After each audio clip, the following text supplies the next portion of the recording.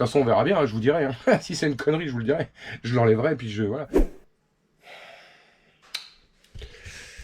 Ça va pas être simple. Bon. J'ai copié ce qu'il y avait avant. Ce qui n'est pas forcément une réussite.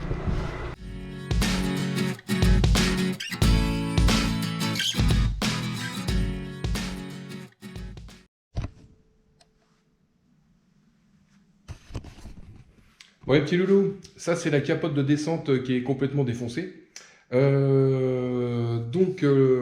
La mission aujourd'hui, enfin aujourd'hui et demain, ça va être de la refaire.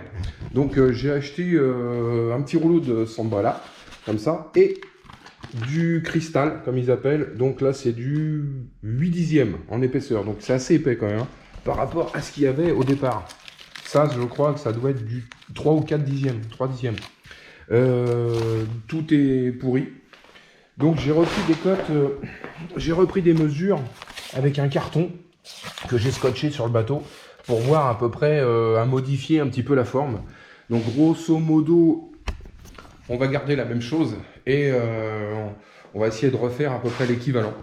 Peut-être en agrandissant sur la partie haute ici, la partie vitrée. Le renfort du milieu, moi je ne pourrais pas le faire parce que j'ai pas une machine à coudre assez grosse pour pouvoir plier le Sambrella plus le cristal pour pouvoir coudre. Donc ça sera, je ne peux que coudre en fait la périphérie. Ici il n'y aura pas de cristal sur cette partie là au départ, ni sur la partie, parce que ça c'est les côtés qui se relèvent comme ça sur le côté, hein. Alors il faut s'imaginer, ça c'est la partie basse qui va sur le rail d'écoute, et ça c'est la partie haute qui s'en va sur le portique inox. Donc c'est comme ça, devant, ça c'est la partie en bas. Donc les côtés, normalement il y a un petit vitrage que je n'ai pas trop envie de faire, parce que déjà je suis pas convaincu que ça soit utile. Et puis ça ne m'empêche pas que si jamais je devais le remettre, je redémonte le truc, je découpe et je remettrai du cristal cousu à la place. Là en attendant, je vais faire peut-être 2 pochettes de rangement sur les côtés. Parce que là, c'est pas assez grand, c'est que la partie descente, hein. Donc au niveau visibilité, je vois pas trop l'intérêt. Qu'on puisse voir correctement devant, je trouve que c'est plus utile que sur les côtés. Surtout que c'est la partie vraiment descente, quoi. Quand on le met en place, il n'y a que quand on est dans la descente qu'on verra à travers ce truc-là ou pas. Enfin bon, on verra. Je vais déjà faire mon installation, prendre mes mesures. Ça va pas être simple. Là aussi, pareil, j'ai repris des mesures pour essayer de refaire quelque chose d'un petit peu plus grand, un peu plus adapté, on va dire. Le problème, c'est que le truc, il est tellement vieux que c'est difficile de remettre ça. Voilà.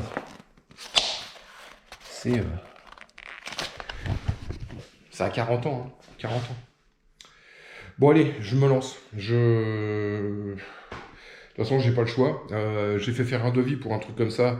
Il y en a aux alentours pour 3000 €. Donc, et là, j'ai eu pour 250 € de Sambrella, plus le cristal, les rivets, donc le fil à coudre aussi, pour la bonne couleur. Donc ça coûte quand même moins cher. On va se prendre la tête, mais bon, tant pis. On a réussi à faire les coussins, on va réussir à faire ça. Bon. Allez, go!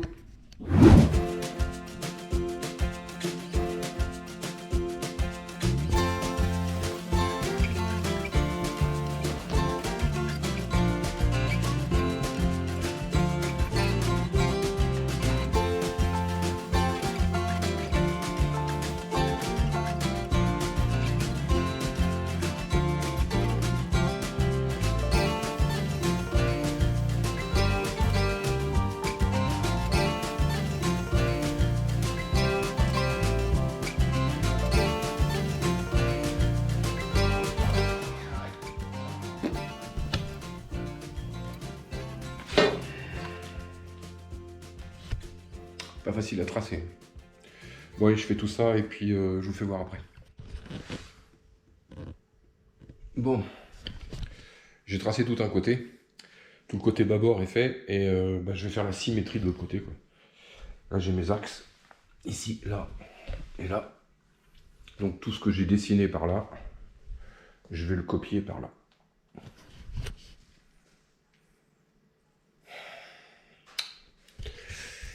Ça va pas être simple. Bon.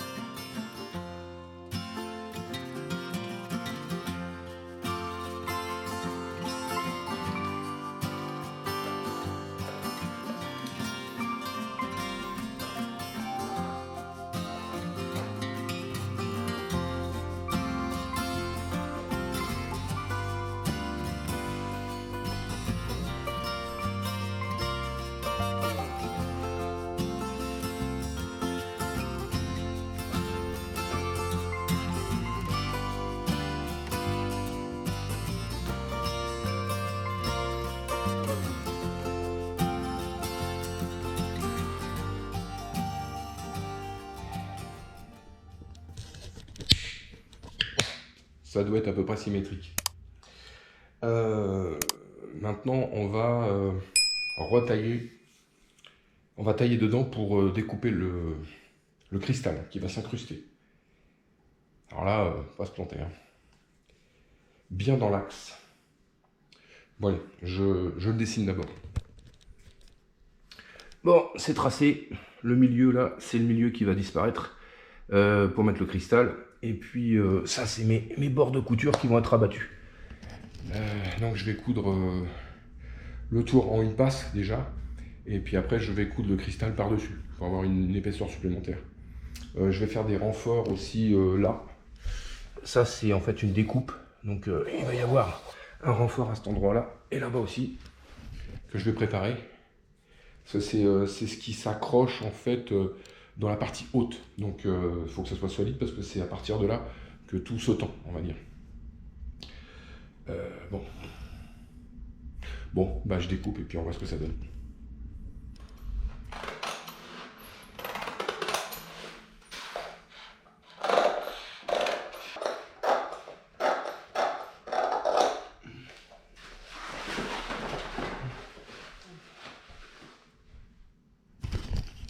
Bon bah c'est coupé, on va passer à la couture. Bon allez go.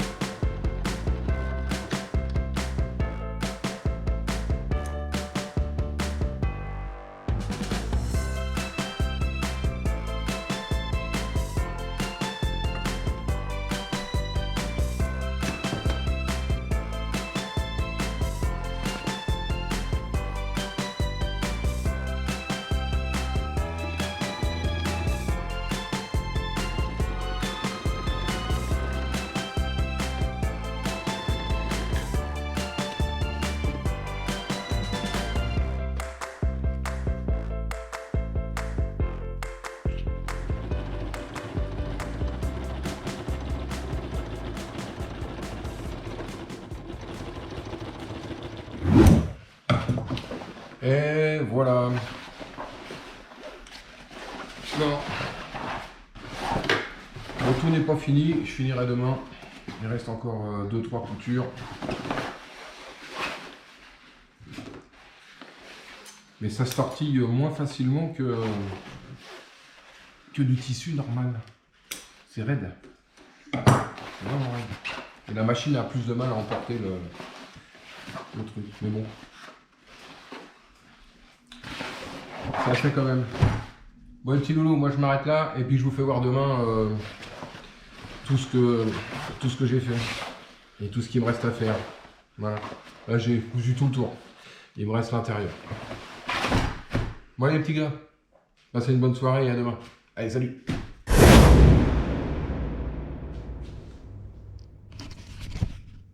Bon je vais terminer ma couture. Il va me rester encore quelques renforts là à mettre. Après je vais découper la partie cristal que je vais incruster dedans. pour pouvoir faire 2 coutures. Je vais faire une couture droite et une couture en zigzag pour que ça soit bien costaud. Bon, bah je continue, je vais faire ça et puis après je découpe, je vous fais voir. Allez, à tout à l'heure.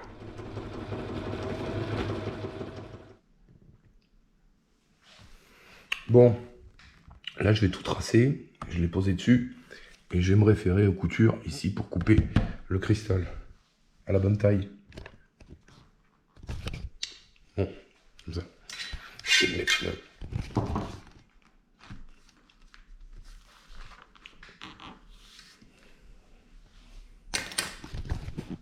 Bon, on va essayer.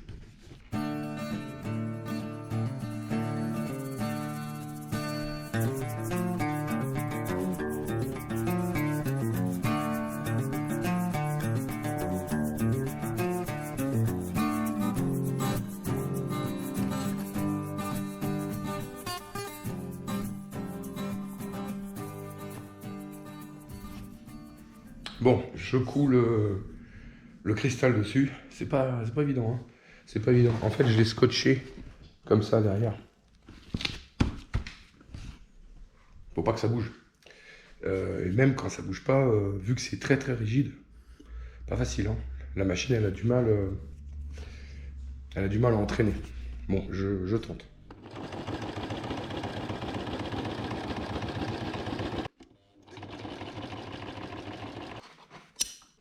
Bon. Je suis obligé de scotcher là, bien comme il faut. Sinon, ça fait des plis, ça va pas. Ça marche. Bon.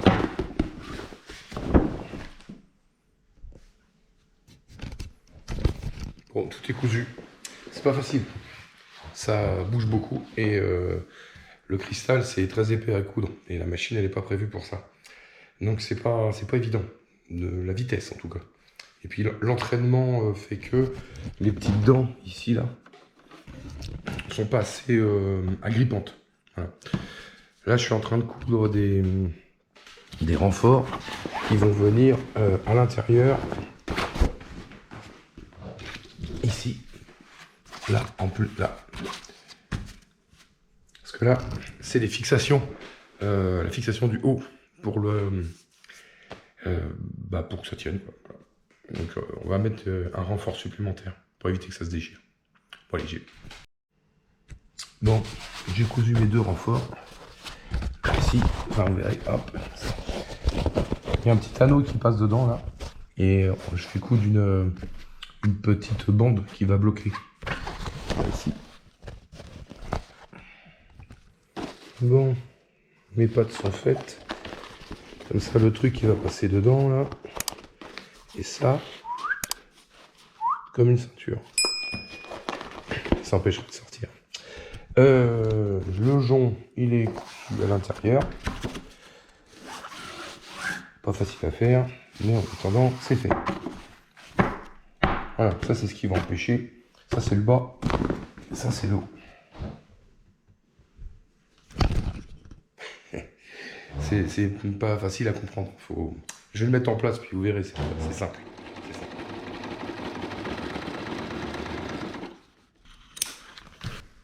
Tout est fini. Là, j'ai cousu des pochettes à l'intérieur, comme ça.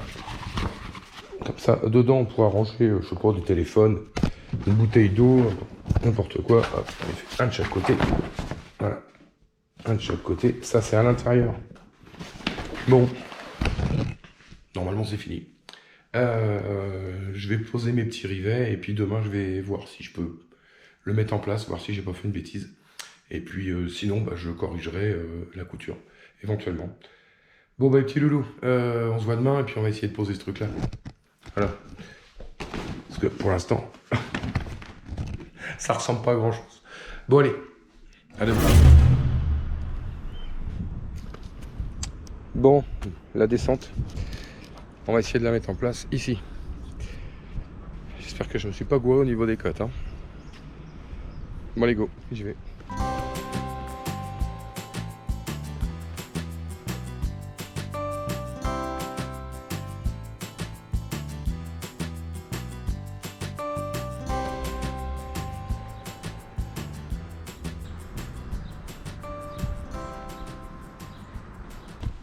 Ça, c'est le bout de toile qui va se raccrocher. Qui va se raccrocher sur l'autre. Qui va venir dessus.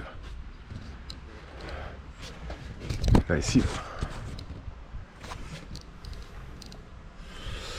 Bah. Ouais, peut-être vitré ici, ça aurait peut-être été pas mal. Bon, il y a des pochettes. Bon, c'est pas très grave. C'est pas très grave. Là, j'ai un point de fixation à faire ici. Là, à peu près par là. Là, pareil. Dans l'ensemble, on va pas trop se plaindre. On va le laisser comme ça. On va voir ce que ça donne. Mais je pense que ça va s'abîmer vite, quoi. On voit bien à travers, mais c'est pas top. Perso, moi, ce qui me plairait, c'est un truc rigide. Voilà.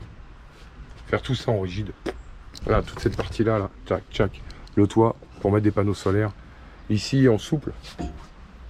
Le tour. Mais ça, là. Ça, je le ferai en dur un jour. C'est du... J'aime pas. Les trucs en plastique, on voit pas très bien à travers. C'est moche.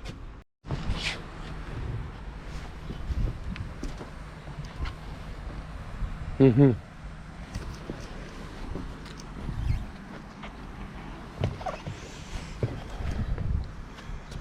Ok.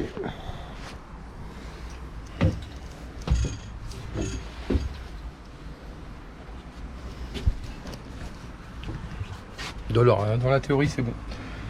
Mais c'est laid. Je trouve pas ça très joli. J'ai copié ce qu'il y avait avant. Ce qui n'est pas forcément une réussite. Bon, ça fera l'affaire, ça va nous empêcher un peu d'avoir de la flotte sur la cerise, parce que je vais pas le recommencer 50 fois. Mais comme je disais, je vais, à mon avis, à court terme, je vais faire du rigide. Je vais mettre des plaques de plexiglas, une ossature métallique ou une ossature bois vissée. Et voilà, et pareil, le plafond en dur, si jamais il y a besoin. Ça me permettra, peut-être de récupérer l'eau de pluie, faire un petit bac autour, et éventuellement poser 2 autres panneaux solaires. À voir, mais ça serait plus intelligent d'avoir un truc rigide. Voilà. Quitte à ce que ça soit en toile sur les bords. Bon, à voir. Bon, allez, je continue. Bon. Toutes mes anodes sont percées. Elles sont toutes numérotées. Voilà. 7, 8, 9. Hop. Comme ça, c'est prêt. C'est prêt à être posé pour la mise à l'eau. Donc, voilà, impeccable. Là, j'ai pris la mesure du tissu qui va venir faire le taux. Voilà. Bon, malgré que l'autre, comme je disais tout à l'heure, me plaît moyen. C'est pas facile à coudre déjà parce que j'ai pas la machine qui est vraiment adaptée à ça. Et puis c'est pas très esthétique, on va dire. Voilà, je trouve ça va être pratique parce qu'on va pas se prendre des embruns dans la cerise tous les 4 matins. C'est mieux. Mais esthétiquement, c'est pas très très joli. Alors je vais faire le plafond là. Et puis je vais bien voir ce que ça va donner. Pour l'instant, on va naviguer comme ça. Ça coûte pas trop cher. C'est encore dans mes possibilités d'être fabriqué. Voilà, je peux encore faire ça. Ça va me permettre d'être quand même un petit peu à l'ombre, parce que là ça cogne hein, dehors. Quand on est même en navigation, je vois sur mon autre bateau, on n'avait pas de protection toute une journée, vous ressortez écrevisse. Hein, c'est vraiment des coups à être malade. Ça. Donc non, faut se protéger, il faut mettre quelque chose au-dessus, quoi, qui protège voilà, au maximum. Quoi. Bon les petits loulous, bon allez, je continue demain. Mes anodes sont faites. Demain j'ai d'autres trucs à faire. Faut que j'aille chercher mes extincteurs, faut que j'aille les poser. Enfin j'ai 2-3 full de trucs. C'est plein de petites bricoles, hein. C'est vraiment... la vidéo, elle va être un peu chiante. Faut que je pose ce truc-là, là. Ma bouée fer à cheval, faut que je la pose. Enfin voilà, il y a plein de trucs à faire. C'est pas grand-chose à chaque fois, mais il y en a une ribambelle, quoi. Bon, allez. Passez une bonne fin de journée. Et à demain. Salut! Alors, on m'a posé la question, savoir pourquoi j'achète pas des anodes qui sont déjà percées. Bah, tout simplement, pour la bonne raison, c'est que la patte de fixation est beaucoup plus petite par rapport à une anode à souder que les Anthrax. Pour moi, ça correspond pas. Donc ça m'embête un peu. Mais il y a surtout une question de prix. Ça vaut, je vais vous dire une bêtise, ça vaut 30, ça vaut 35. Il y a un gros écart quand même de tarif entre les deux, juste pour 2 trous. Donc voilà. Et moi, ce qui m'intéresse, c'est d'avoir une surface de contact le plus grand possible. Les pattes de fixation sont beaucoup plus grandes sur les anodes à souder que sur les anodes à visser. Vous voyez, c'est flagrant, hein. On voit bien. Hein. Là, la patte est beaucoup plus petite. Donc, je préfère ça. Comme ça, je perce comme je veux. Et si jamais ça devait péter pour une raison ou pour une autre, je peux quand même le couper et le souder. Ça m'empêche pas de le souder, quoi. Donc, comme je veux. Voilà. Voilà la réponse. Sinon, eh ben, ce qui va se passer, c'est que là, je vais mettre mon petit bazar, je vais le mettre ici. Voilà. Alors, je vais pas vous faire un grand détail, hein, mais voilà, grosso modo, je vais le raccorder sur la vanne, et puis je vais faire la jonction entre les deux. Hein, j'avais prévu un petit bout de caoutchouc là exprès, petit bout de durite que je puisse bouger. Ça n'empêche pas d'avoir mon filtre ici et d'avoir mon autre filtre là-bas à l'intérieur. Ça n'empêche pas, hein.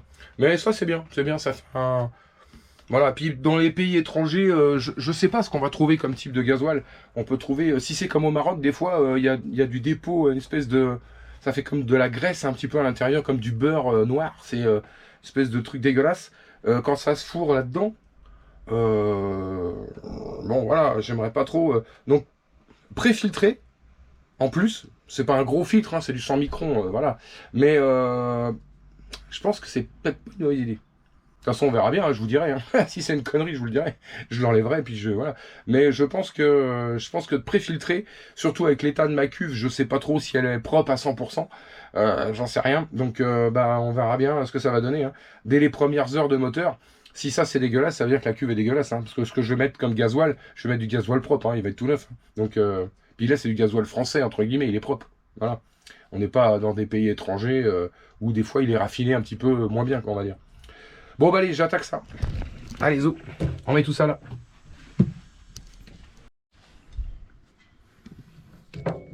Bon, impec. Je vais le bloquer ici. Bon bah nickel, hein, ça a pris 5 minutes. Hein. Voilà, couper le tuyau et puis remettre ça en place. Il est au bon diamètre au niveau de la vanne, ici là. Donc il n'y a pas de bricolage à faire. Bon allez, je bloque ça. Pour être sûr. Voilà, bon, ça c'est fait. Puis je serai un peu plus rassuré avec un filtre. Avant le filtre. Bah, ça vaut 30... ça vaut dans les 30 balles, un filtre comme ça. Donc à chaque fois, surtout au départ, comme la cuve, comme je disais, elle n'est pas forcément super propre, même si elle a été nettoyée. Je sais pas, enfin on verra. Je préfère être prudent et avoir un filtre qu'on peut nettoyer manuellement. Voilà. C'est au moins là, s'il y a vraiment une cochonnerie dedans, je vais le voir tout de suite. Ça n'arrête pas l'eau, hein. C'est juste pour filtrer, quoi. Voilà. Et puis au moins, je suis sûr que, voilà, moteur neuf, j'ai 3 filtres, en fait. Voilà. Bon. S'il se passe quelque chose, là, je comprends plus. Hein. Bon, bah allez, je vais attacher ça avec un petit ridesan pour que ça bouge pas, qu'il n'y ait pas de ragage, qu'il n'y ait pas de mouvement. Et puis, bah, on va passer à autre chose. Allez, zou. Bon les petits loulous, je pense que dans la semaine ou dans la semaine qui va suivre, donc il va y avoir donc le déplacement du bateau pour que je puisse travailler sur les points de fixation du berre qui n'ont pas été faits en dessous et le dessous de quille. Bon voilà. Donc tout ça, ça va venir à suivre et puis une fois que tout ça, ça sera mis en place, et ben on va pouvoir faire la mise à l'eau. Je pense tout début juillet. Voilà. Donc je vous tiendrai au courant pour ceux qui veulent venir. Maintenant, j'ai pas la date précise, donc voilà, ça va dépendre de combien de temps je vais mettre à finir la coque au niveau de l'anti-fouling sur les patins, l'enduit, etc. Parce que ça, c'est des endroits qui n'ont pas été travaillés depuis un petit moment. Puis les patins, faut poncer, réenduire. Enfin bon, voilà, il y a tout un boulot à faire dessus, quoi. Bon, bah écoutez, passez un bon week-end. Je vous tiens au jus de tout ça. Et puis, bah, on continue. La mise à l'eau se rapproche. Mais de toute façon, je vous tiens au courant. Allez, passez un bon week-end. À plus tard. Salut!